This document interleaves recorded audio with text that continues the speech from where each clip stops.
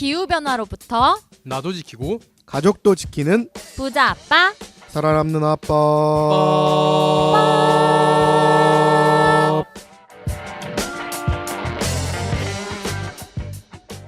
안녕하세요. 팟캐스트 부자 아빠 살아남는 아빠입니다. 기후변화로 급변하는 경제산업 구조 속에서 우리들의 가족도 지키고 재산도 지킬 수 있는 방법을 지금부터 알려드립니다.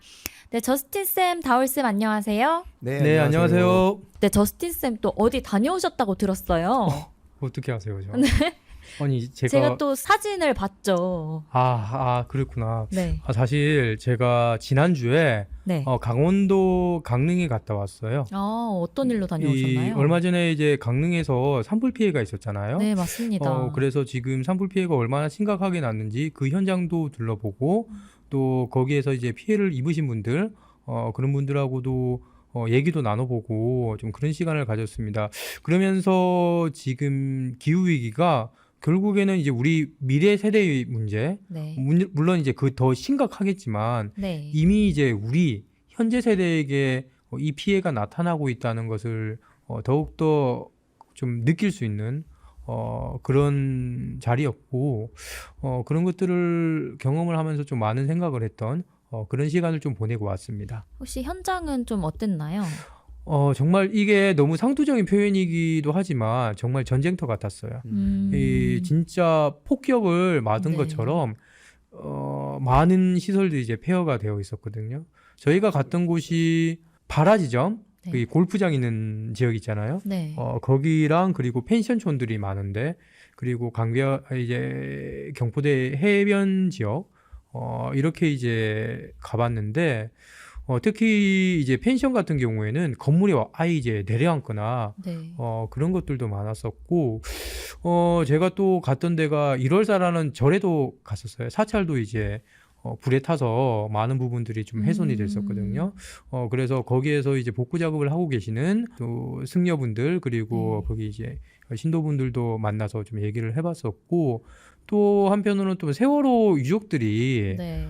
이분들의 좀 심리 치료를 돕기도 하시는 부분들이 있어요. 그래서 이제 그런 분들이 활동하시는 것도 좀 참관을 했었고요. 또 이제 그 이재민 좀 구호센터가 있는 아이스 아레나라는 이제 실내 체육관이 있어요. 네. 그곳에서 이제 이재민들이 어떻게 또 생활을 하고 계신지 그런 부분도 보고 왔었고 앞으로 이제 우리가 계속해서 기후위기와 관련해서 이제 온실가스 감축 부분만 계속해서 얘기를 해왔는데 지금 기후위기 이 상황이 계속해서 벌어지고 있잖아요. 네. 이렇기 때문에 앞으로 그러면 이제 기후 적응 이제 기후 위기가 실제로 나타났을 때 그것에 우리가 어떻게 대응을 해야 하는지 바로 현상적인 부분에서 뭐 방제도 될 수가 있고 그러면 이렇게 이재민이 나타났을 때 그분들을 지원을 해야 하는 네. 정책도 있을 수가 있고 우리가 자원봉사할 수 있는 그런 부분도 있을 거잖아요. 네, 맞아요. 그런 부분들에 대해서 많이 좀 고민을 했던 그런 시간인 것 같습니다. 네, 맞습니다. 저희가 또 이런 기후 위기가 일어나고 있는 상황 속에서 어떻게 대응을 해야 하고 대비를 해야 할지 좀 미리 생각하는 것도 좋을 것 같습니다. 네, 다울쌤도 지난 한 달간 잘 지내셨나요? 네, 저는 지난 한 달간 또 그린피스가 진행하고 있는 아마존 프로젝트가 하나 있어서 네. 아마존 현장에도 다녀와서 관련된 캠페인을 하느라 많이 정신이 없었고요. 네, 너무 바쁘셨잖아요. 예. 그리고 최근에 또 기후위기 관련해서 세계 기상기구죠. 우리가 보통 세계 보건기구 하면 WHO라고 하는 것처럼 세계 기상기구 WMO가 있거든요.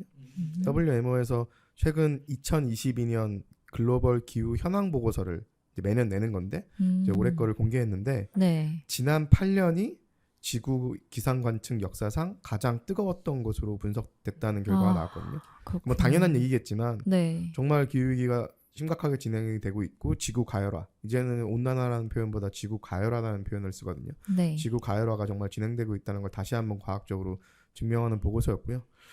정말 이 심각한 기후위기의 피해 상황을 그리고 앞으로 얼마나 더 심각할지를 모르면 모르겠는데 저는 너무 잘하는 사람으로서 정말 걱정이 좀 많이 되고요. 그래서 오늘도 이 팟캐스트에서도 최선을 다해보겠습니다. 그러니까 다울쌤도 그렇고 저도 그렇고 네. 좀 지난달 네. 이번 달은 좀 현장을 좀 많이 발로 경험을 했던 뛰셨네요, 이번 네. 달. 예, 그렇습니다. 네. 쌤들 너무 감사드리고 또 저희가 지난번에 윤석열 정부 탄소 중립 정책에 대해서 저희가 네. 이야기를 나눠봤잖아요. 네, 맞습니다. 댓글이 하나 달렸는데 댓글 소개해드리면 유튜브에 퇴근길 아름답다님께서 이번 정부 정책 너무 답답합니다. 이렇게 또 댓글을 달아주셨네요. 네. 어떤 심정으로 다셨을지 네. 공감이 좀 많이 됩니다. 네, 저희 쌤들과 함께 공감을 하는 마음으로 또 들으셨던 것 같고 저희는 광고 듣고 메인 소식 전해드리도록 하겠습니다. 안녕? 난 생물다양성 캠페이너 최태영. 이제부터 내가 벌이 사라지면 먹기 어려워지는 것들을 얘기해볼게. 수박, 호박, 배추, 배, 사과, 키위, 딸기, 당근, 오이, 망고, 양파, 멜론, 체리, 레몬, 가지, 라임, 아보카도, 애플파이, 과일, 빙수, 블루베리, 고기, 우유, 크림, 커피, 화채, 아몬드까지? 이거보다도 더 많다고? 꿀벌을 살리고 싶지? 그린피스와 함께 정부의 꿀벌을 지켜달라고 요구해줘. 네, 저희가 항상 그 대표적 환경 단체로서 네, 늘 재생에너지에 대해서 이야기를 많이 하잖아요. 그렇죠. 그래서 오늘도 저희가 그 중요한 재생에너지에 대해서 이제 이야기를 해볼 텐데 오늘은 그 중에서도 약간 한 놈만 펴려고 합니다. 네, 재생에너지 가운데서도 태양광에 대해서 좀 깊게 좀 네. 이야기를 나눠보려고 하는데요. 여전히 태양 네. 에너지 얘기할 때 기자분들도 그렇고 일반인들도 태양열이라는 표현을 쓰시는 분들이 정말 많거든요. 네, 맞아요. 그 네. 차이를 네. 잘 모르시는 것 같아요. 태양 에너지 중에서 태양광도 있고 네. 태양열도 열도 있어요. 있죠. 근데 보통 전기를 생산하는 건 대부분 태양광. 태양광이고요. 네, 태양열도 이제 집중형 태양열 발전소라고 해서 있기도 한데 네. 우리나라에서 보통 태양 에너지를 이용해서 전기를 발전한다고 하면 거의 태양광이고 전 세계적으로도 지금 우리가 얘기하는 재생에너지에서 얘기하는 태양에너지는 태양광이라고 보통 맞아요. 보시면 됩니다. 그럼 태양열은 무엇인가요? 태양열은 보통 열이나 난방. 아, 태양열은 난방. 이제 난방 이제 그 태양열로 네. 이제 물을 데워서 음. 난방으로 쓰기도 하지만 음. 그 태양열을 또 집열판에 받아서 아. 그걸로 또 전기를 생산하는 것도 있어서 그게 음. 집중열 태양열 발전소라고 있긴 해요. 아. 그러니까 태양열로 발전을 못하는 건 아닌데 보통 우리가 얘기하는 발전은 태양광이라고 해서 빛을 태양 전지를 이용하는. 이용한 그쵸, 네. 그쵸. 네, 그리고 대구에서 4월 12일부터 14일까지 국제 그린 에너지 엑스포가 열렸다고 해요. 이 국제 그린 에너지 엑스포와 태양광이 관련이 있는 것 같은데 이건 어떤 행사인가요, 다울쌤? 대구가 뭐 데프리카라고도 해서 되게 네. 더운 도시잖아요. 맞습니다. 그리고 또 분지 지형이고 거기도 태양광을 좀 많이 하고 있거든요. 대구에서 그동안 이 매년 국제 그린 에너지 엑스포라고 해서 이런 재생에너지 관련된 행사를 해오고 있었는데 올해도 이제 열렸고요. 그래서 얼마 전에 몇 주 전에 열렸고 주최 측에 따르면은 국내 최대 그리고 아시아에서 한 3대 세계적으로는 10대 우리나라 또 이런 거 좋아하잖아요. 네, 맞습니다. 세계 10대 재생 전문 전시회라고 하는데요. 어. 우리나라의 신재생에너지 산업 분야의 4개 중요한 협회가 네. 한국 신재생에너지협회, 그다음에 한국 태양광 산업협회, 한국 풍력산업협회, 그다음에 한국 수소산업협회 이렇게 4개 협회가 있는데 이 4개가 공동 주관하는 유일한 전시회이기도 하고요. 네. 네, 그래서 2주 전에 열렸죠. 저희 그린피스에도 이 행사에 참여를 했나요? 저희가 뭐 부스를 설치하고 뭐 어떤 활동을 하진 않았지만 네. 저희 동료이신 지금 그린피스 서울사무소에서 기후에너지 전문위원 맡고 있는 신지훈 전문위원께서 직접 가서 좀 참여를 하고 왔는데 제가 얘기를 해보니까 한 25개 국가에서 한 300개 넘는 기업이 참여해갔고요. 부스만 한 1000개 이상 설치가 돼서 운영이 됐었고 뭐 다양한 전시라든가 컨퍼런스 등 행사도 부대 행사로 이제 같이 열렸겠죠. 그래서 재생에너지 산업의 최신 기술과 트렌드도 볼 수 있고 앞으로 미래의 발전 방향까지 볼 수 있는 한 자리에서 볼 수 있는 자리였다고 하네요. 지금 안타깝게도 윤석열 정부가 이제 재생에너지 전체 그리고 특히나 신규 태양광 발전소 설치 속도를 더 빠르게 가져가도 지금 시원찮을 마당에 늦추겠다는 게 방침이어서 지금 매우 안타깝다고 저희도 그동안에 비판을 해오고 있었는데 그래도 이렇게 엑스포를 다녀온 저희 동료 얘기로는 네. 그런 악재 속에서도 국내 태양광이 하나의 산업으로 자생적으로 규모를 좀 늘려가고 있는 듯한 느낌을 받았다고 해서 그 부분은 좀 긍정적인 신호 같아요. 그래도 25개국의 그 기업이 참여했으면 네. 나름 다양한 나라의 이런 재생에너지 사업을 보셨을 수 있겠네요. 그렇죠. 그리고 저도 직접 가보고 싶었는데 못 가봤지만 네. 지윤 쌤 얘기 들어보면은 되게 흥미로웠던 부분 중에 하나가 저희랑 협업도 같이 했었던 충남대학교 전기공학과 교수이시면서 우리나라 에너지 분야의 싱크탱크인 사단법인 넥스트라고 있거든요. 네. 여기 대표 맡고 있는 김승환 교수님이라고 계세요. 전에 저희랑 PPA 보고서도 한번 같이 쓰고 하셨는데 뭐 교수가 현재에서 좀 발표를 한 것 같은데 최근 이제 지붕형 태양광 네. 그러니까 주택이라든가 건물이라든가 뭐 큰 건물도 옥상에 이제 지붕형 태양광을 올리잖아요. 이 지붕형 태양광이 사실상 이제 우리나라에서 그리드 패러티를 달성했다. 그리드 패러티 하면 어렵게 느껴질 수 있지만 재생에너지는 뭔가 새로운 기술이라서 되게 비싸게 느껴지잖아요. 네. 근데 그런 새로운 기술인 재생에너지가 기존의 뭐 석탄 발전이라든가 원전이라든가 이런 기존의 발전소들 경제성만큼을 따라잡는 거를 이제 그리드 패리티라고 보통 얘기를 하는데 지금 특히 태양광 발전 같은 경우에 지붕형 태양광이 네. 전통적인 화석연료 발전, 석탄이라든가 가스보다 발전 단가가 이미 낮아졌다는 거죠. 그래서 이제 한 킬로와트 시당 이제 균등화 발전 비용이라는 표현을 쓰는데 어렵게 들릴 수 있겠지만 어떤 에너지원이 그 발전 건설부터 나중에 발전하고 폐기되는 과정에서 총 이제 생산할 수 있는 에너지와 거기에 들어간 비용을 이제 계산을 하는 건데 단위를 이제 킬로와트 아워로 봤을 때 네. 지금 한 150원에서 한 165원 정도에 생산할 수 있게 된 거죠. 그러면은 실제 우리나라 지금 석탄이라든가 가스는 이거보다 비싸거든요. 네. 그러니까 사실 지붕형 태양광은 이제 큰 보조금 없이도 맞아요. 많이 확장시킬 수 있는 여건이 된 거죠. 그러니까 그만큼 우리 남는 지붕들, 건물들의 옥상, 학교 옥상, 종교 시설, 그다음에 우리 주변에 있는 여러 가지 건물도 많잖아요. 네. 뭐 하이마트 옥상부터 시작해서 이마트 옥상부터 시작해서 이런 것들을 굳이 또 우리나라가 영토가 좁다 보니까 이제 다른 영토 뭐 토지들을 활용하지 않고서도 이제 설치할 수 있으면서 경제적으로 생산도 할 수 있기 때문에 이런 부분은 되게 중요한 트렌드 같아요. 네, 이제 태양광으로 전기를 생산한다는 게 비싸다는 생각을 이제는 더 이상 하지 않아도 되는 맞아요. 그런 시대가 온 것 같아요. 네. 네, 그렇다면 오늘은 이제 기후 위기를 막을 수 있는 에너지 전환의 선두주자 바로 재생에너지 업계의 BTS죠. BTS? 왜 BTS죠? 왜 BTS냐면 Best Technological Solution 아, 해서 가장 BTS. 해결책이다. 발음이 좋으시네요. 네, 또 이렇게 좋네요. 저희가 어떻게 엮어봤어요, 좀. 네, 한류로. 아, 네, 재생에너지 업계의 BTS. 네, 재생에너지계의 BTS 태양광에 대해서 이제 본격적으로 알아볼 텐데요. 이 태양광이 재생에너지 발전원 중에서도 아주 중요한 역할을 담당하고 있다고 해요. 그래서 우리 저스틴 쌤과 다울 쌤이 또 알잘 딱갈센으로 설명해 주신다고 하는데, 네. 네, 저스틴 쌤 나와주시죠. 아, 예. 저스틴 여기 왔습니다. 일단 제가 먼저 좀 이 태양광에 대해서 얘기를 좀 해야 될 것 같은데 사실 우리가 계속해서 뭐 얘기를 하는 게 기후 에너지 이 기후 위기 이 상황에서 가장 중요한 솔루션은 발전 분야의 재생에너지를 많이 활용하는 것 이런 네. 얘기를 계속 많이 해왔잖아요. 네. 그래서 그 재생에너지를 보면 뭐 수력도 있고 풍력도 있고 태양광 아까 다울 쌤이 얘기를 했던 태양열 뭐 지열, 바이오매스 여러 가지가 있어요. 그런데 이제 이 현대적인 재생에너지 이렇게 얘기를 하면 네. 최근에 이제 가장 트렌드가 된 재생에너지는 바로 태양광과 풍력이라는 거죠.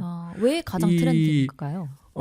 아무래도 이제 태양광이나 풍력이 급속하게 이제 네. 발전을 하는 이제 속도가 이제 빨라지고 있는 그런 상황이기도 하고 그걸 네. 이제 제가 뒤에 좀 이제 설명을 좀 해드릴 텐데 네. 하여튼 그런 상황이고 특히 2021년 기준으로 해서 글로벌 전 세계 재생에너지 발전량 비중이 28%인데 이 가운데서 태양광과 풍력이 차지하는 비중이 10%나 돼요. 한 예. 3분의 1 정도 되는 그러네요. 거네요. 네네 그렇죠.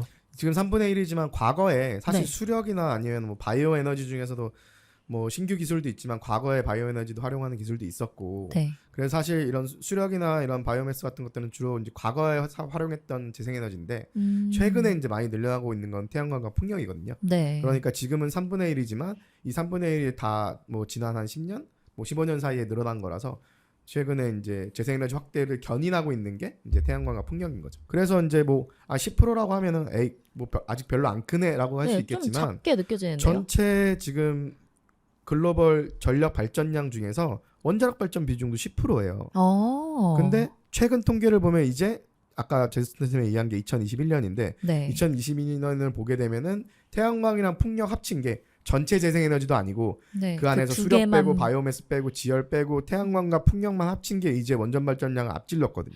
근데 원전 발전량은 지난 50년 동안 규모로 늘려서 이제 10%인 건데 네. 태양광과 풍력은 지난 한 10년 정도의 빠른 성장으로 따라잡은 거죠. 정말 BTS네요. 그렇죠. 이제 그래서 그리고 2021년 기준으로 매년 새롭게 늘어나는 발전 설비 중에서 얼만큼이 재생에너지인지 통계를 발표하거든요. 네. 근데 2021년에 새롭게 늘어난 발전 설비 중에서 84%가 재생에너지였어요.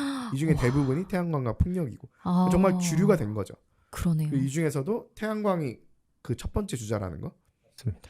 네, 그 다울쌤 말씀하신 대로 음. 재생에너지는 최근에 많이 늘어나고 또 그 매년 그 변화가 굉장히 커지고 있으니까 저희가 통계를 볼 때도 이제 가장 최신 통계를 보는 게 중요할 텐데요. 네, 맞아요. 막 예를 들어서 저는 누가 네. 재생에너지 얘기하면서 막 2019년 통계나 뭐 2020년 통계 얘기하면 그때부터 그 사람 말 잘 안 믿어요. 아, 왜냐하면 1년만 해도 상황이 확확 달라지는데 네. 전문가라고 하면서 막 2018년, 19년 얘기하고 있으면 신뢰성이 정말 확 상점 떨어지는 몇 개가 거죠. 일어나거든요. 1, 2년만 해도. 네. 네네네. 이게 되게 중요해요. 최신 통계 보는 게. 네. 그래서 우리나라를 이제 포함해서 소위 선진국 38개국이 가입해 있는 이 OECD 국가들의 최신 재생에너지 발전 현황이 궁금한데요. 어떻게 되나요? 아 뜨거. 갑자기. 제가 아주 따끈따끈한. 네. 그래서 통계를 아이고. 좀 말씀을 좀 드릴게요. 아, 네. 그러니까 이제 2023년 1월 통계가 있는데 여기 네. 국제에너지 기구에서 나온 통계고 올해 1월이네요. 예, 올해 1월이죠. 1월 한 달 동안에 OECD 38개국의 전체 발전량 이 가운데서 재생에너지가 차지하는 비중이 33%예요. 그러니까 3분의 1이나 되는 거죠. 네. 그리고 여기에서 태양광 그리고 풍력이 각각 12%, 4%. 그리고 합치면 이제 16% 정도가 절반? 되는 거네요. 결국에는 이제 재생에너지 전체의 한 절반 정도 되는 게 네. 태양광하고 풍력이 되는 거고 나머지는 이제 수력이나 바이오매스 같은. 제가 그런 것들이. 생각했던 것보다 나름 꽤 많은 비중을 차지하고 있는 것 같아요. 그렇죠. 33%면 상당히 높고 그 중에서도 이제 절반이 태양광 풍력이 더 네. 많이 늘어나는 거죠. 이 중에서 혹시 대표적으로 가장 잘하고 있는 국가가 있다면 어딘가요? 이 비율로만 보면 네. 예를 들면 뭐 아이슬란드나 노르웨이는 거의 100%거든요. 100%요? 그게 가능한가요? 네, 뭐 와. 코스타리카나 뭐 이런 것들도 100%인데 네. 사실 조금 이쪽은 상황이 좀 다르긴 하죠. 아이슬란드나 노르웨이는 100%가 한데 그 중에 수력 발전이 70에서 한 80% 돼요. 네. 그러니까 사실 뭐 태양광이나 풍력으로 한 건 아니니까 네네. 그리고 자연 조건이 워낙 수력하기가 또 좋아서 유리하고. 사람도 적게 살고 땅덩이는 넓고 네. 그런데 그래서 그런 국가들이 100%한 것도 뭐 정말 잘하고 있는 거긴 하지만 현대적인 재생에너지라고 할 수 있는 아까 말씀드린 풍력과 태양광을 많이 늘려서 최근에 재생에너지 비중을 많이 높인 나라들을 좀 보면 네. 우리 딱 생각에 뭐 독일이 하도 워낙 에너지 전환 얘기 많이 하니까 제일 잘할 것 같지만 영국이 더 높아요. 오. 영국이 사실 정말요? 석탄 발전도 거의 제일 먼저 시작한 국가고 네. 상업적인 원자력 발전도 사실 영국에서 제일 먼저 시작했거든요. 네, 맞잖아요. 근데 영국이 무려 52%. 절반을 넘었네요. 네, 절반을 재생에너지로 발전하고 있는 거예요. 와. 그리고 재생에너지 중에서 풍력이 한 58%. 그러니까 풍력이 정말 중심인 거고 여기는 그러네요. 태양광은 한 5% 정도. 그 다음에 독일이 영국보다 조금 안 되지만 그래도 거의 절반 가까이 48%가 재생에너지고요. 네. 재생에너지 중에서는 독일은 풍력이 72%, 태양광이 한 4%. 그리고 대표적인 풍력 국가 하면 또 떠오르는 게 덴마크잖아요. 네. 덴마크는 재생에너지 비중이 무려 86%예요. 그러니까 거의 이제 100%에 육박하게 가는 거죠. 네. 그리고 그 중에서 풍력 비중이 한 70%. 그리고 우리나라 원전 좋아하시는 분들이 항상 제일 먼저 얘기하는 국가가 어디예요? 프랑스죠. 프랑스죠. 막 원전 네. 강국 프랑스, 뭐 프랑스는 열심히 원전하는데 한국은 안 한다 이런 말도 안 되는 얘기도 하시는데 네. 프랑스도 우리나라가 나중에 얘기하겠지만 우리나라가 재생에너지 비중이 한 7%거든요. 근데 프랑스도 우리나라보다 4배인 28%예요. 그 중에 40%가 풍력, 5%가 태양광. 그리고 미국도 재생에너지 비중이 23%고 그 중에서 풍력이 한 절반, 네. 태양광은 한 13%. 이런 국가들이 지금 잘하고 있는 거죠. 와, 이렇게 잘하고 있는 국가들 비중을 들어보니까 좀 되게 부럽기도 하네요. 그리고 보통 이렇게 풍력이 위주라고 이렇게 들리는데 우리나라는 어떤가요? 일단 우리나라 같은 경우는 오히려 태양광이 더 많아요. 네. 그래서 아까도 뭐 살펴봤지만 재생에너지 발전 비중은 7%라서 OECD 가운데 이제 꼴찌죠. 비중으로 꼴찌요? 보면 예. 비중으로 보면 그런데 네. 그런데 여기서 우리가 조금 되짚어 봐야 될 부분이 있어요. 정말 그러면 우리가 절대적인 수치로 봤을 때 네. 이렇게 재생에너지 발전이 더딘가 네. 좀 그거는 이제 아닌 측면이 또 있는 겁니다. 정말요? 왜냐하면 꼴찌라고 하면 당연히 약간 더디고 꼴찌고 진짜 발전도 안 되고 이렇게 느껴지는데 아닌가요? 그런데 우리나라의 이제 그러니까 이 전체 발전량을 좀 생각을 해봐야 돼요. 네. 그러니까 우리나라가 뭐 재생에너지뿐만 아니라 뭐 석탄이라든지 네. 아니면 가스라든지 원자력을 통해서 네. 전력을 생산을 할 거잖아요. 네. 그 총량은 네. 사실 이제 미국이나 일본, 캐나다 여기에 의해서 무려 4번째로 많아요. 우리나라가 4번째요? 엄청나게 많은 전기를 생산하는 거죠. 사실. 예, 그러니까 사실 이제 재생에너지 발전 비중은 낮지만 절대적인 양은 네. 오히려 이제 그것과는 다르다. 다를 수도 있다. 이제 그런 측면이 있는 거죠. 그러니까 이제 올해 1월의 발전량 가운데 태양광 비중으로 보면 3.6%에 불과하지만 네. 절대량으로 보면 지난 1월 우리나라의 태양광 발전 양은 네. 양. 그럼 과연 몇일까요? 제가 여기서 질문을 발전 드리고 양이요? 싶습니다. 예. 발전 양은 일단 우리나라가 전력 소모가 굉장히 많다는 점을 이제 고려를 해야 되는 거죠. 그렇죠. 재생에너지 비중이 OECD 38개 국가 중에 꼴찌고 근데 우리나라가 정책 의지가 좀 없어서 재생에너지를 빠르게 확대는 못하고 있지만 네. 하지만 전체 발전량이 무려 4위에 해당할 정도로 커서 이제 또 비중이 작아 보이는 효과도 있다고 했으니까 한 중간 정도 하면 19위 정도 어떨까요? 그거보다는 많습니다. 이거 업인가요? 업. 그러면 업. 한 10위? 어떤가요? 업. 예. 그러면 1위 아닌가요? 1위? 1위 정도는 네. 안 되고요. 네. 제가 정답을 말씀드리면 네. 1, 2, 3, 4. 네, 4위입니다. 아쉽게도 뭐 동메달을 못 땄지만 그래도 탑 5 안에 들었네요. 네네네. 그렇죠. 이제 그러면 우리나라가 OECD 국가 중에 태양광 발전량이 예. 4위라는 거죠? 네. 그러니까 미국, 일본, 호주 다음으로 4위예요. 사실은 이제 심지어서 재생에너지 잘한다. 네. 이미 아까 다울쌤께서도 얘기하신 것처럼 이미 40% 비중을 넘은 독일과 같은 경우보다도 양으로 보면 무려 2배 이상 많습니다. 태양광. 와. 그리고 땅덩이가 넓다는 뭐 스페인이나 네. 칠레 이런 나라들보다도 많고 네. 그리고 또 1위 미국과 비교했을 때도 미국 태양광 발전 양의 네. 5분의 1 정도입니다. 그러니까 사실 이게 땅덩어리가 적어서 태양광이 안 된다. 네. 그런 것보다는 우리나라가 워낙 이제 전력 소비가 너무 많아서 많은 국가이다 보니 비중이 비중이 이제 적다. 작게 나오는 네. 그런 소비도 상황입니다. 많고 네. 재생에너지 열심히 안 했고 그러니까 이제 꼴찌인 맞네요. 거죠. 사실 비중이 낮은 것도 문제긴 하니까요. 그럼요. 스페인이나 칠레보다 많고 독일보다 2배 이상이라고 하셨는데요. 아니 그럼 우리나라는 이 햇빛이 안 좋고 또 뭐 땅이 좁아서 태양광이 안 된다는 말은 뭐 거짓말이라고 보면 되겠네요. 그러니까 그게 사실 너무 당연한 건데 독일이 네. 우리보다 위도가 높거든요. 네. 그러니까 일조량이 우리나라 좋겠죠. 네, 그럼요. 너무 당연한 건데 거기는 완전 매일 흐리잖아요. 뭔가 우리가 막 일조량이 안 좋고 땅이 네. 좁아서 태양광 안 된다고 하는데 지금 태양광 아까 3점 몇 프로 하고 있었잖아요. 네. 3점 몇 프로 하고 있고 사람들이 재생에너지 그렇게 많이 안 보이는데도 네. 이미 벌써 한 4위 정도로 많이 하고 있는 거죠. 네. 근데 훨씬 더 많이 늘려 나가야죠. 근데 뭐 땅이 좁아서 안 된다라거나 일조량이 안 된다라거나 이런 건 정말 다 거짓말이고요. 네. 특히 저는 이렇게 숫자나 통계를 되게 좋아하는 덕후인데 가끔 보면 정치인이나 아니면 화석연료 업계나 원전업계 혹은 네. 일부 언론이 매우 악의적인 프레임으로 우리나라 재생에너지 안 된다, 땅덩이 없다, 일조량 부족하다, 뭐 재생에너지는 뭐 주류에너지가 아니다 이런 얘기들이 얼마나 현실과 팩트를 왜곡할 수 있는지를 보여주는 하나의 사례죠. 사실 우리나라가 태양광 발전량이 지난 1월 동안에 선진국 중에서 4위라고 누가 생각을 하겠습니까? 지금 우리나라 맞아요. 국민들 중에서. 네. 물론 우리나라 재생에너지 정책이 부족했고 특히 윤석열 정부 들어서는 더욱더 실망스러운 방향으로 가고 있는 것은 맞죠. 그리고 비중도 중요하니까 비중이 꼴찌인 것도 맞고요. 네. 그리고 지금 우리 60%가 넘는 기후위기를 가속화시키는 석탄 발전이나 가스 발전들 그리고 30%에 가까운 위험한 원자력 발전 줄여나가 하는 것도 맞고요.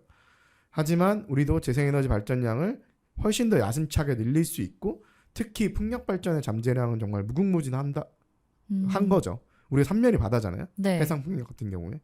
거기다가 풍력 발전 잘할 수 있는 그 산업이 중공업이라든가 조선업, 뭐 IT 산업 이런 것들이 강해야 되는데 우리 다 잘하잖아요. 근데 왜 풍력 발전은 좀 더딘 건가요? 그만큼 정책적으로 지원도 안 했었고 산업들도 아. 별로 관심이 없었고 그렇군요. 초반에 좀 해보려고 하다가 경제 네. 조금 어려워지니까 풍력 발전부터 접었거든요. 아. 잘못된 선택을 한 거죠. 예전에 우리나라가 경제 발전하던 시기에 조선업이라든가 중공업이라든가 되게 전략적으로 투자했고 반도체 산업도 삼성에서 전략적으로 투자해서 키운 거잖아요. 네. 그런 전략적인 접근을 못했던 거죠. 매우 아쉬운 정말 거죠. 아쉽네요. 그리고 또 인허가 문제도 있어요. 사실은 아. 이제 풍력 발전과 같은 경우에 인허가만 하는데 6, 7년이 걸려요. 그렇게 하면 또 설치를 해야 될 거잖아요. 그래서 사업 계획도 세워야 될 거잖아요. 아. 그러니까 그 정책 의지가 있으면 그런 또 부분들을 빨리빨리, 해결하는 것들을 네, 많이 했을 텐데 되는데. 지금까지 정치적으로 의지도 없었고 맞습니다. 정책도 그래서 제대로 국회에 못했던 지금 계류되어 있는 풍력발전 특별법이 상당히 중요하다. 해상 풍력발전. 그 법을 이제 통과를 시키면 또 인허가가 아, 시간이 그렇군요. 짧아지기 때문에 그런 거죠. 생각보다 또 비중은 낮은데 그래도 양이 많다고 하니까 이런 그런 새로운 사실들이 약간 저한테 새롭게 다가와서 머리를 한 대 맞은 느낌이에요. 네. 우리나라가 OECD 국가 중에서 태양광 발전량으로 이제 미국, 일본, 호주 다음으로 4위라니까 뭔가 희망이 보이는 것 같기도 하고요. 1위로 올라가야죠. 네, 올라갑시다. BTS는 1위니까요. 네, 그렇다면 앞으로 더 늘려가기 위해서 어떤 좀 장벽 이런 것들이 해소돼야 될지 좀 궁금한데요. 네, 사실은 어쨌든 양은 많더라도 네. 뭐 비중이 중요한 거니까 네. 그 온실가스를 배출하는 이제 석탄이나 그 가스 같은 그런 화석연료가 사라져야 되니까 비중을 더 늘리기 위해서 우리는 계속해서 노력을 해야 되죠. 네. 그게 사실 중요한 것인 것 같고 그래서 그러면 무엇이 이제 장벽이냐 이 질문을 드렸는데 저는 뭐 주민 수용성이나 이제 이격거리 이런 문제인 것 같아요. 네. 아까 다울 쌤이 지적해 주신 것처럼 경제성 이제 우리도 그리디 죄송합니다. 그리드 패러티. 우리도 그리드 패러트를 달성을 한 뭐 그런 이제 지붕형 태양광 같은 경우에 그런 상황이기 때문에 경제성을 가지고 뭐 얘기를 할 수 있는 부분은 아닌 것 같아요. 더 이상. 그렇네요. 그렇다면 이제 문제는 결국은 주민 수용성과 이격거리 이게 동전의 양면 같은 네. 그런 성질의 문제거든요. 네. 그러니까 우리나라가 또 인구 밀도도 높고 또 네. 뭐 일조량이 좋은 토지 같은 경우에 이제 농지도 많고 이러다 보니까 이제 이해 충돌이 많이 생기는 거예요. 특히 이제 농촌 지역으로 가면 갈수록 이제 태양광 개발 과정이나 투자 구조, 수익 분배 이런 데 대해서 이제 지역의 반감 같은 것도 있을 수도 있고 또 이제 인허가나 이제 사업 계획을 수립한 다음에 네. 보상 협의 같은 것들이 진행이 돼요. 그러다 보니까 이게 뭔가 이 커뮤니케이션에 이제 문제도 생기고 그러면서 주민 수용성도 낮아지는데 주민 수용성이 낮아지니까 네. 이 관리하는 이제 지자체들이 그러면 주민들을 설득을 해야 되잖아요. 네. 기후 위기가 심각한 상황에서 그 해결책을 더 늘리기 위해서 그런데 주민들도 이해할 수 있는 방향으로 네. 그렇게 하려고 하지 않고 이격거리를 만드는 거예요. 이격거리가 뭔가요? 이격거리가 뭐냐면 네. 뭔가 이제 우리가 좀 혐오하는 그런 시설 아니면 네. 위험 시설 네. 이런 것들이 특정한 주거 시설이나 아니면 도로 이런 데로부터 이 정도까지는 지으면 안 돼. 이렇게 거리를 이제 설정을 하는 것. 뭐 500m든 1km든 뭐 민가나 도로로부터 뭐 1km 내, 뭐 100m 내 네. 이런 식으로 짓지 못하게 조례를 지자체들이 만드는 거죠. 근데 풍력 발전 같은 경우에는 사실 되게 규모 있게 진행도 되니까 네. 사실 그 지역에서 공청회라든가 이런 부분도 좀 더 규모 있게 진행할 수 있는 부분이 있는데 네. 사실 태양광은 소규모인 경우가 많고 태양광 사업자들 중에서는 뭐 업자들 사실 업자라는 표현이 사실 되게 애매모호한 표현인데 네. 그냥 은퇴하신 개인도 있고요.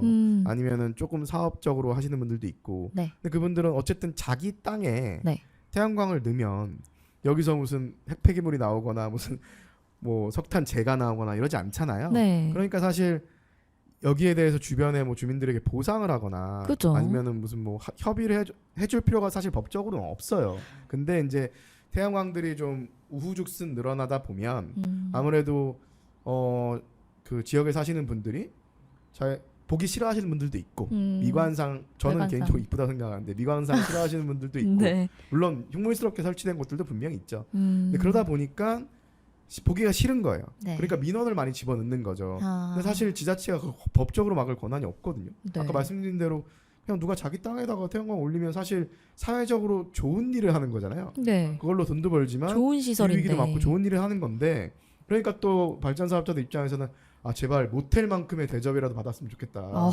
아니 모텔 뭐 이 그렇게 모텔은 사실 뭐 그렇게 나쁜 시설도 아니고 사회적으로 봤을 때 그래도 네. 뭐 안 좋아하잖아요. 맞아요. 뭐 혐오 시설까지 뭐 축사나 뭐 이런 혐오 시설까지는 아니어도 네네. 근데 태양광이 모텔보다도 못한 취급을 받으니 억울하시는 분들도 있으니까 그분 사정들도 또 이해가 가고 또 한편으로는 아 동네에 너무 우후죽순 들어오고 그리고 은퇴하신 분들이 와서 하면은 원래 우리 지역 사람도 아닌데 막 네. 외지인이 와서 막 돈만 벌어 가는 것 같고 네. 왠지 내 농사에도 막 영향을 미칠 것 같고 이러니까 안 좋은 루머들이 많이 생기고 또 정치인들이나 언론들이 이런 걸 또 확장시키다 보니까 되게 이미지가 안 좋아진 거죠. 그러다 보니까 지자체 입장에서는 아 그냥 이거 자꾸 많이 민원 들어오는데 딱히 막을 것도 아니고 그렇다고 민원 무시하기 좀 그렇고 그러니까 조례로 이격거리 만들어서 도로나 민가에서 이만큼 떨어져라 하니까 할 데가 없어지는 거예요. 되게 황당한 상황이 지금 우리나라에 재생해 그러다 보면 산으로 가는 거죠. 네, 진짜 양쪽이- 배가 산으로 가는 게 아니라 태양광이 산으로 가는 그런 상황이 되는 거죠. 근데 또 그 아까 다울쌤이 얘기를 하신 네, 것처럼 양쪽 입장이 좀 네. 이해가 가긴 해요. 왜냐면 주민들 입장에서는 이제 자세히 모르고 또 그걸 이렇게 보기에도 좀 안 좋고 그러니까 왜 사실 내 그런- 집에 막. 그런 주민들을 설득을 해야 되는 네. 그런 이제 지자체가 이 기후 위기가 얼마나 심각을 하고 그런 기후 위기를 해결하기 위한 방안으로 네. 이런 태양광이 설치가 돼야 된다는 것 그런 데 대해서 좀 더 적극적으로 이제 설명을 해줘야 되는 것이고 네. 또 다른 하나는 여기 또 언론도 이제 나쁜 역할을 하는 거죠. 언론이나 정치인들이 아까 다울쌤이 얘기를 하는 것처럼 네. 태양광이 무슨 이제 중금속 범벅으로 되어 있는 그런 것이냐 실제로 그런 기사들이 많이 저도 나왔어요. 그런 괴담을 예. 많이 들어본 것 같아요. 네, 그러니까 뭐 이게 뭐 나비니 카드뮴이니 이런 중금속이 이제 많이 범벅이 되어 있고 패널을 세척할 때 독한 화학 물질을 사용을 한다. 네. 사실 그런데 이제 태양광 패널 대부분은 유리거든요. 네. 정말 이제 뭐 구리가 같은 이제 중금속이 뭐 한 1% 정도. 뭐 우리나라에 또 국내에서 시판되는 제품 가운데는 카드뮴은 없어요 패널에. 정말 그 가전 제품 이제 사용되는 그 정도의 수준이고. 이제 사실은 뭐 유해물질 검사도 진행을 하거든요. 사실 이제 국립환경과학원에서 그 조사를 했는데 네. 그 조사에서는 아주 이제 극소량의 그래서 이제 기준치보다 훨씬 낮은. 미달하는 네. 그런 이제 중금속이 있다. 아. 이런 이제 조사가 있었는데 네. 사실 이게 정말 제가 정말 화가 났던 게 한 2년 전에였던가요? 조사를 했었을 때 네. 이제 국민의힘 이제 엄태영 의원이 네. 자료를 뿌렸는데 네. 기준치를 훨씬 초과하는 중금속들이 태양광에서 검출이 되었다. 그것을 국립환경과학연구원의 자료를 인용을 해서 했어요. 근데 그 기준치라는 게 네. 기준치가 아니고 검출치예요. 그러니까 어느 정도의 네. 뭐 어느 정도의 수치가 나오면 이게 중금속이 함유되어 있다, 없다. 그게 이제 검출 기준치고 네. 그리고 인체에 유해하냐 아니냐 우리가 이제 허용 기준치라는 네네. 건 따로 있는 거죠. 네. 근데 마치 이제 검출 기준치를 허용 기준치처럼 얘기를 하면서 그 보도를 그것들이 수많은 언론들이 그걸 보도를 그런 하는 거에 거죠. 이제 루머가 생성되는 거죠. 이게 예를 들어서 무슨 공장에서 오폐수를 방류를 해서 네. 인근 땅에서 만약에 뭐 중금속이 뭐 많이 발견됐다. 네. 그러면 사실 문제가 될 수 있죠. 근데 이거는 지금 전스테스맨 얘기한 거는 일단 그런 중금속이 발견된 사례랑 전혀 다른 사례인 거고 네. 지금 우리가 노트북이나 뭐 핸드폰이나 이런 데도 이런 물질들이 조금씩 들어가 있잖아요. 네. 그럼 누가 큰맘 먹고 태양광 발전소에 가서 그걸 다 해체해서 안에 조금 들어가 있는 납 같은 거를 끄집어 내 갖고 그걸 잘게 절구로 빻아서 네. 동네방네 돌아다니면서 땅이랑 물에다 뿌리고 다니지 않는 이상 맞아요. 전혀 영향이 없는 거죠. 네. 그런데 그 실험을 했을 때 네. 실제로 빻아요. 네. 빻아서 했는데도 그렇게 이제 오염을 아. 미치지 않는 거예요. 오염을 미칠 만큼의 중금속은 함유되어 있지 않다고 나와 있는데 네. 어떻게 그거를 창조적으로 그렇게 왜곡을 해서 이런 보도 자료를 냈는지 정말 너무 안타깝고 하여튼 그런 네. 것들이 요즘엔 최근에 제가 언론들을 보면 그런 기사들은 잘 없어요. 그런데 이런 기사들이 그때 나왔던 기사들이 계속해서 대중들 머릿속에 남아 있는 네, 거죠. 없어지지 않고. 그래서 뭔가 이제 내피셜이라고 하는 거잖아요. 네. 그 기사들에 보면 뭐 태양광과 관련된 기사들이 나오면 태양광 납중독 뭐 이런 기사들을 이제 계속 사람들이 코멘트를 막 다는 거죠. 그리고 여전히 네. 이런 루머들이 남아 있는 그런 상황들이 정말 큰 문제라고 생각을 네, 합니다. 청취자 여러분들, 태양광은 그렇게 휘뚜루마뚜루 만들어지는 게 아니랍니다. 그러니까 저희가 모두 네. 그런 뇌피셜이 아닌 팩트 체크를 해주시고 또 기사를 읽어주시면 감사할 것 같고요. 우리를 살리는 에너지예요. 네, 태양광이나 그렇습니다. 풍력은 우리가 고마워해야 되고 우리를 살리는 에너지인 거죠. 네, 물론 제일 중요한 거는 에너지 절약을 하고 네, 효율적으로 쓰고 그게 첫 번째고요. 맞습니다. 그다음에 우리가 에너지 안 쓰면서 전기 안 쓰면서 할 수는 없으니까 그 전기는 태양광이나 풍력과 같은 재생에너지로 오염시키지도 않고 안전하고 안전한 미래를 보장할 수 있는 에너지로 빨리 바꿔가야죠. 네, 그러면 이런 주민 수용성과 이격거리에 대한 이런 문제점이 있는데 이런 것들을 어떻게 해결하면 좋을까요? 일단 지금 정부에서 하고 있는 좀 네. 대책을 뭐 내놓은 게 올해 초에 내놓은 게 좀 있는데 그걸 제가 조금 소개를 먼저 좀 들어볼게요. 일단 주민 수용성 같은 경우에는 주민 참여 사업 제도를 개선한다. 어떤 건가요? 이런 얘기를 하고 있어요. 그러니까 이제 쉽게 얘기해서 그 어떤 지역에 태양광이나 풍력을 세울 수가 있잖아요. 네. 그러면 거기에 주민들이 이제 투자를 할 수가 있게 하는 거예요. 그 투자를 했을 때 REC 인증서라는 게 있는데 여기에다가 이제 좀 추가 점수를 더 주겠다 네. 이런 얘기. 어렵게 느껴질 수 있는데 좀 어려운데요. 태양광이나 뭐 풍력이나 재생에너지 발전 사업자가 사업을 하잖아요. 네. 그럼 수익원이 두 가지예요.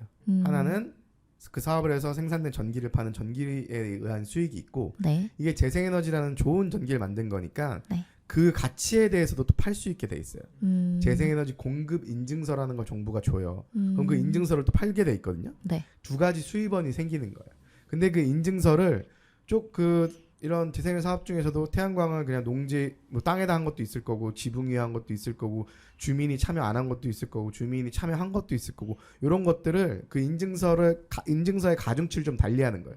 주민이 참여하면 인증서 하나가 아니라 1.3배, 뭐 1.5배를 줄게. 오. 그다음에 일반 땅이 아니라 그 옥상에다 하면은 추가적으로 땅을 사용할 이유가 없는 거니까 네. 거기다가도 가중치 1.5를 줄게. 그래서 이게 재생에너지 사업자들의 수익에 직결되는 부분이거든요. 근데 만약에 이 사업에 주민들이 참여를 했다. 그럼 가중치를 좀 더 주겠다는 거죠. 그 얘기는 사업의 수익성을 높이는 거니까 그럼 사업자들 입장에서도 어떻게든지 주민을 참여시키려고 하겠죠.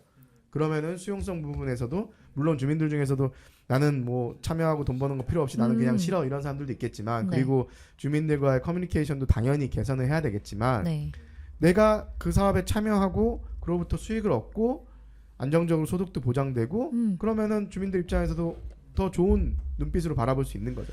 네, 주민들 입장에서는 껌 먹고 알 먹고 그쵸. 이렇게 그렇죠. 될 수 예. 있는 것 공생을 같은데요. 하게 되는 그런 네. 모델이 될 수 있는 거고 또 아까 잠깐 얘기했던 이격거리 문제. 네. 그래서 이것도 이제 좀 문제를 해결해 보려고 산업부에서 이격거리 가이드 라인을 마련을 했어요.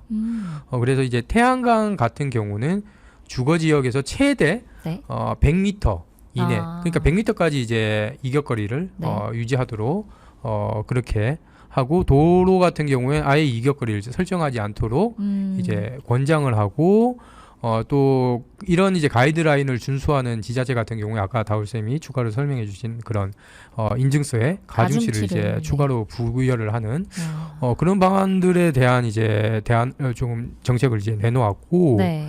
사실 이게 조금 어쨌든 자율적으로 좀 하게끔 네. 그렇게 하는 건데 좀 국회에서는 조금 더 적극적인 제안도 있어요. 어떤 건가요? 그래서 이제 민주당이 이제 신영대 의원이 이제 대표 발의했는데 신재생에너지법 이제 개정안을 보면 네. 사실 이런 산업부 가이드라인을 법적으로 이제 강제하도록 사실 그렇게 하는 거예요. 의무화하도록. 네. 그래서 기본적으로는 태양광과 풍력에 대한 이격거리를 아예 이제 주지를 않는 거고 만약에 공공복리를 위해서 필요한 경우 네. 그런 경우는 태양광 같은 경우에는 100m, 네. 풍력 같은 경우에는 50m까지 그 50m 이상으로 500m 죄송합니다. 500m 이상으로 이제 그렇게 설정을 해라. 하도록 그래 이제 그 법안이 좀 지금 계류되어 있는 그런 상황이고요. 어쨌든 저는 좀 지금 심각한 상황이고 빨리 이제 우리가 재생에너지 비중이 늘어나야 되고 사실 과학적인 이 풍력은 뭐 어떤 이 소리, 이 소음 문제란 그런 문제가 있다고 하는데 네. 태양광 같은 경우에 사실 빛 반사도 유리 빌딩보다 훨씬 더 적거든요. 태양광은 사실 그렇기 때문에 특히 태양광 같은 경우에는 이 과학적인 근거가 없어요. 이 아까 얘기한 것처럼 이제 건강상의 이제 문제도 없는 것이고 맞아요. 그래서 이격거리가 사실은 이제 필요 없는 그런 상황인 거죠. 그런데 정말 진짜 인정할 수 있는 피치 못할 이제 공공복리를 위해서라면 네.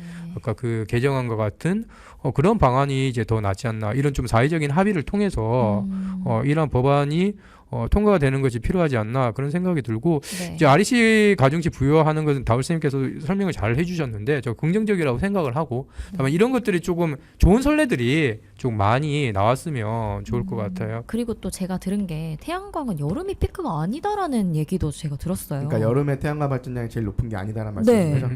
사실 저희가 생각했을 때는 태양광이 언뜻 보면 이렇게 해가 여름에 가장 기니까 가장 많이 발전이 되고 효율이 좋을 것 같다는 생각이 드는데 그게 아니란 말이잖아요. 그건 왜 그런 건가요?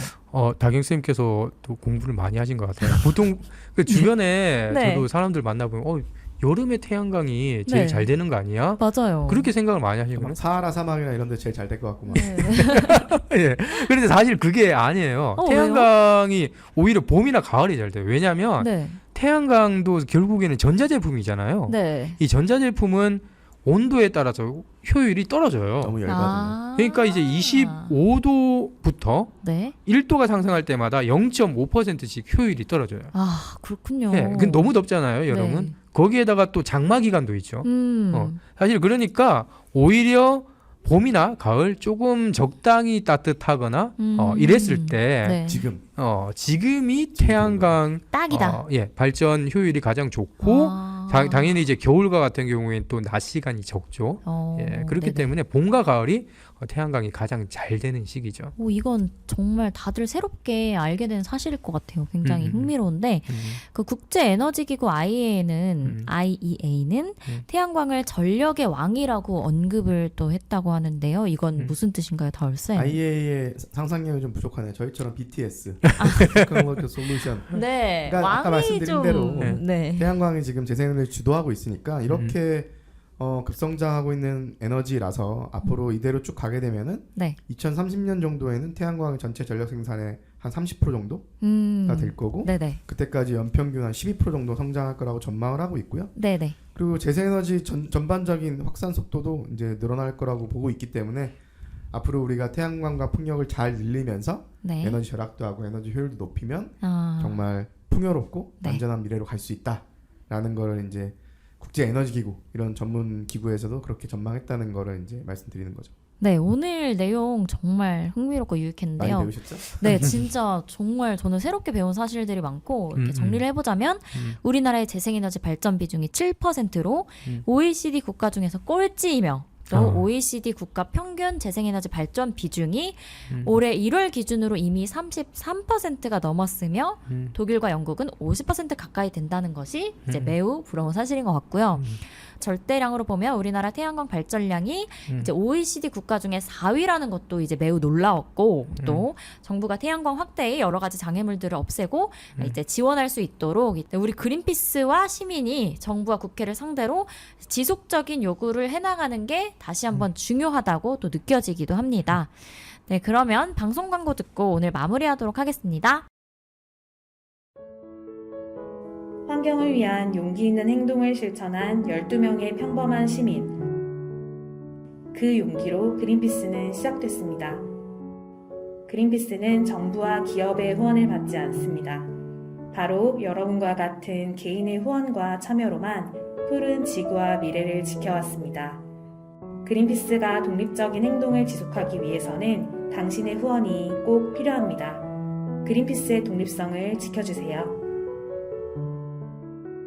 네, 오늘 정말 그 태양광에 대해서 아주 깊게 이제 한 가지를 깊게 저희가 파봤는데 너무 좋은 이제 유익한 정보들 많이 공유해 주셔서 감사하고 이 가운데에서 또 강조하고 싶은 것들이나 또 놓치셨던 이야기가 있다면 어떤 게 있을까요?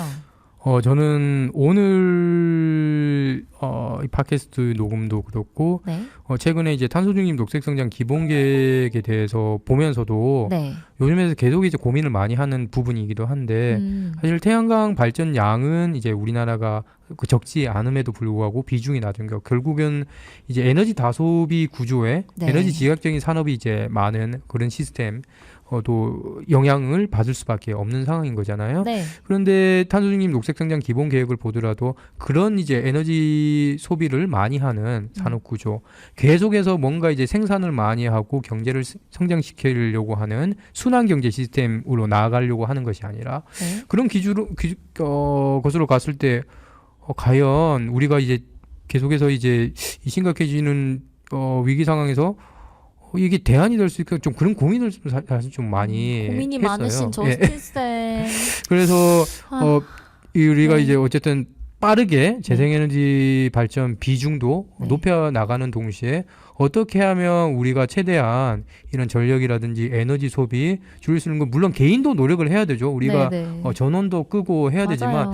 이게 개인의 노력만으로 되는 것이 아니라 결국에는 시스템, 경제 시스템 차원이 어떻게든지 그 바뀌어 나가야 된다. 순환되는 경제 시스템으로 바뀌어 나가야 된다. 그런 고민을 많이 했고 앞으로는 좀 그것에 대해서 그냥 이 좀 총론적인 얘기가 아니라 어떻게 하면 그 실제적 구체적인 정책으로 그것을 조금 만들어 나갈 수 있을지 그런 고민을 조금 많이 해야 되겠다는 그런 생각을 사실 태양광 얘기를 하면서 조금 들었거든요. 네, 저희 저스틴 쌤의 고민을 좀 해결할 수 있도록 여기 그린피스와 시민 여러분 함께 저희가 좀 애썼으면 좋겠고요. 다울 쌤도 이제 간단하게 한마디 해주신다면. 네, 저는 오늘 태양광 얘기했는데 네. 전에는 베란다 태양광을 저희 집에 설치해놓고 오. 전력 생산을 했었거든요. 정말요? 네, 근데 지금 사는 아파트로 올 때 아파트 규약으로 베란다 태양광 못 하게 돼 있더라고요. 오. 그래서 그때 네. 싸워서 바꾸려고 했는데 그때 워낙 그린피스 일이 바쁜 시기여서 네. 집까지 와서 싸우기 싫어갖고 잘하셨어. 싸우. 네, 참았는데 네. 오늘도 얘기했지만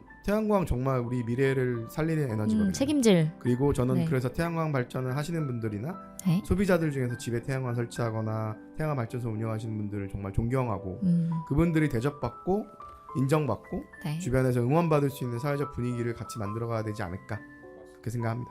네, 맞습니다. 오늘 이렇게 태양광에 대해서 다 같이 이야기를 해봤는데요.